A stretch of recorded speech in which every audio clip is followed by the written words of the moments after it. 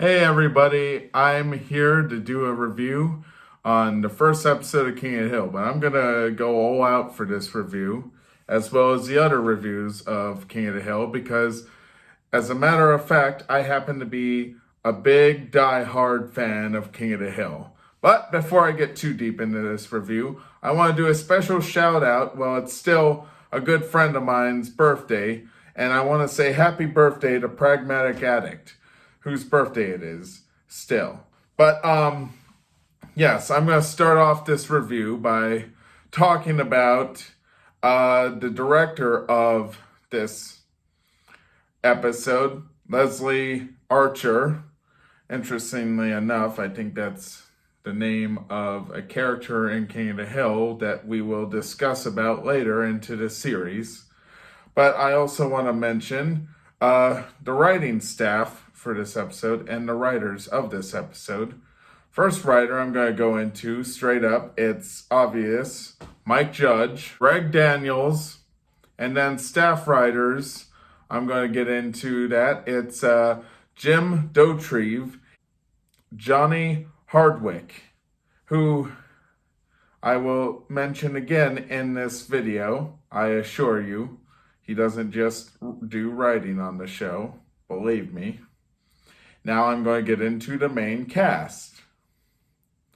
Mike Judge, of course, as Hank Hill, Boomhauer, Kathy Najimy. I'm sorry if I can't pronounce that name right. I am so sorry. I'm going to just say Kathy N for right now. But if I pronounced it right, kudos. She plays Peggy Hill. Pamela Adlon. I hope I pronounced that last name right too. She does the voice of Bobby. Brittany Murphy. I know I did that one right. I mispronounced Murphy, but that's my fault. I got a little tongue-tied. But yes, Brittany Murphy plays Luann in King of the Hill. She also does the voice of Joseph for the first few seasons before he hits puberty. We'll talk about that actor another time. And Johnny Hardwick plays the voice of Dale Gribble. Yes, I told you he would come back. Ashley Gardner, who I mentioned in my Beavis and Butthead breakdown videos once before, plays the voice of Nancy Hicks Gribble. But if you've seen that Beavis and Butthead breakdown video, I probably already told you that. Sorry. And surprisingly enough, early on in this series, in season 1, I guess Stephen Root was the voice of Bill Dotrieve. Yeah, I'm shocked as you guys are. But if you're diehard King of the Hill fans as much as I am, you probably already knew that. And then we have Toby Huss, who does the voice of Cotton Hill. Yep. And now I'm going to get into a guest star, but I know he's probably a reoccurring actor in King of the Hill, just like he is a reoccurring actor in Futurama. But I want to mention him as a guest star because you may know him in the movie Office Space as Michael Bolton, David Herman. I hope I pronounced his last name right. Sorry if I didn't. But yes, he plays, basically in this episode, he plays the caseworker. He also plays Buckley in King of the Hill, but it doesn't mention on IMDb that he plays the caseworker, but I can recognize that voice from a mile away. And I know that is David Herman doing the voice of the caseworker. If I'm wrong, I will literally do a YouTube video where I quack like a duck for 30 minutes straight. Good thing I'm not going to have to do that because I'm probably right about this one. But let's get into the episode. So there's spoilers ahead about this episode. Just as a heads up, if you actually plan on watching this series and you don't want any spoilers, I would walk out of the video right now or skip ahead. Your choice. But anyway, yes, The episode starts out with a shot of the Arlen water tower, and then it just goes down through the entire town. You see everything that goes on, and then there's a mosquito, and it just lands on Hank's neck, and he just does that. And they're basically talking about fixing a car, and then the conversation goes to Boomhauer, and he's talking about basically the show Seinfeld, and then he goes, it's just a show about nothing, which is kind of ironic to me, because if you pay close attention to this episode, it's a little bit slow pace, and it's kind of like a show about nothing if you think about it. But I think that's what they were going for, and I like it. I like everything about it.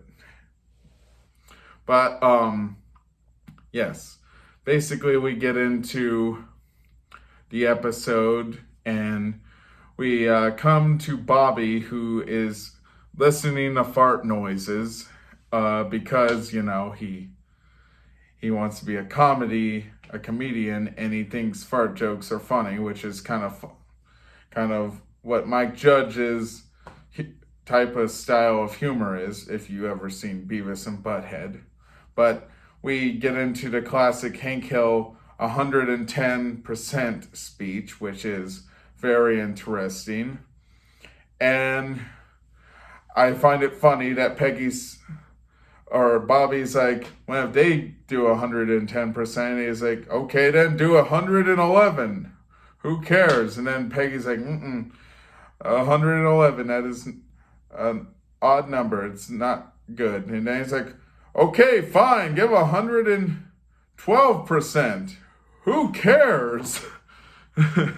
Fucking Hank is just fun to watch, how he gets so angry over the littlest things, and he gets put in the weirdest situations and has the weirdest conversations about stuff. But we'll talk more about that in my reviews. So then we get into Bobby getting his black eye from a baseball. We all see it. We're witnesses. Just putting that out there. It wasn't Hank. Yeah, we get a freaking Bobby with a black eye, and then everyone around town is being nosy and making judgments, saying Hank Hill obviously did it with his temper and all that. Come on, we all have a temper. But that doesn't make us all child abusers. Just putting that out there. Well, some people are child abusers. Not going to go into who, but yeah. Anyway, we come to the caseworker, played by David Herman. Yes, David Herman. If I'm wrong, I will do the quack thing. Whatever. Who cares? Anyway, we get his first appearance in this episode.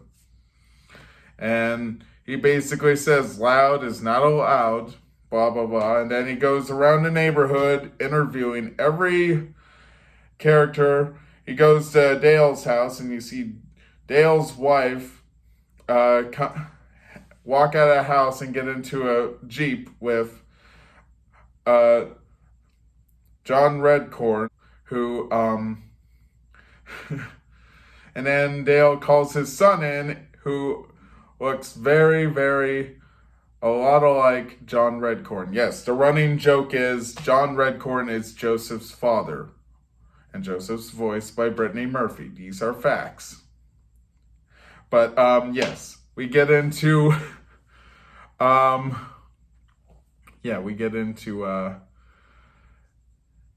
freaking Bobby and Joseph just having a casual conversation about the caseworker coming around the neighborhood, and Bobby's doing his impression of Hank Hill, and then Joseph does his impression of Hank Hill, which apparently is a little better than Bobby's, because the caseworker actually thinks that's Hank Hill saying, I'm gonna tear you a new one, I'll tell you what.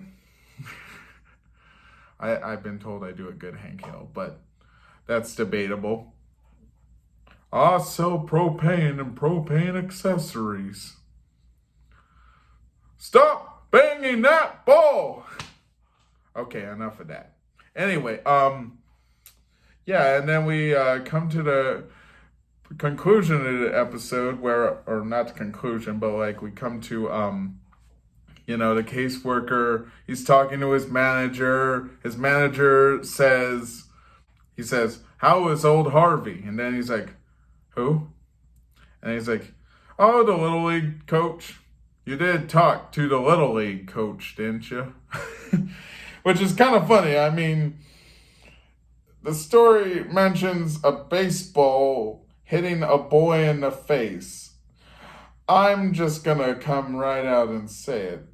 It's kind of common sense to stop by a Little League coach.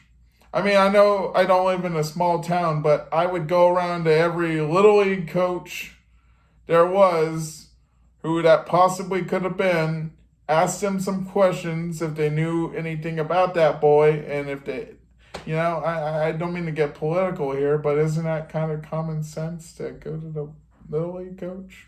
Just saying. Anyway, yeah. So Bobby gets a phone call being told, blah, blah, blah. They called off the investigation, and then he keeps going on misbehaving and doesn't tell Hank or his mom, and then his mom gets informed, and then he thinks he tells his mom this story about how he thinks his dad won't love him anymore if his dad doesn't think there's still an investigation going on. Not gonna lie, that's pretty shitty, a shitty son right there, but I see where he's coming from. Hank does come off like the type that is ashamed of his own son, but, we all have our father issues, but let's not get into that right now. Anyway, we come to the conclusion of the episode where Hank basically tells Bobby that he loves him no matter what. Now let's get dinner. And then they're just powwowing, they're playing around, and Hank's just not really punching him, but it's just kind of like a friendly, little tap.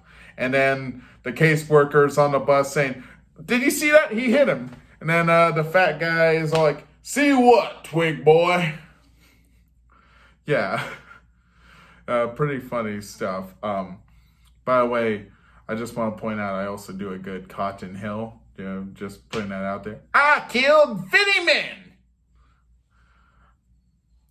I got my shins blown off in Japan, so don't you come crying to me with your problems. I was a little off with that last one, just gonna put that out there. But anyway, I'm gonna do another review of these episodes. I'm gonna keep doing each review, possibly every day. Maybe 2 a day, I don't know. Whatever I feel like, I'm going to keep doing these reviews, either up until I'm done doing them or until the new reboot starts up. But either way, I'm going to help you guys get hyped up for the new King of the Hill series, just the same as I did help you get hyped up for the new Beavis and Butthead series.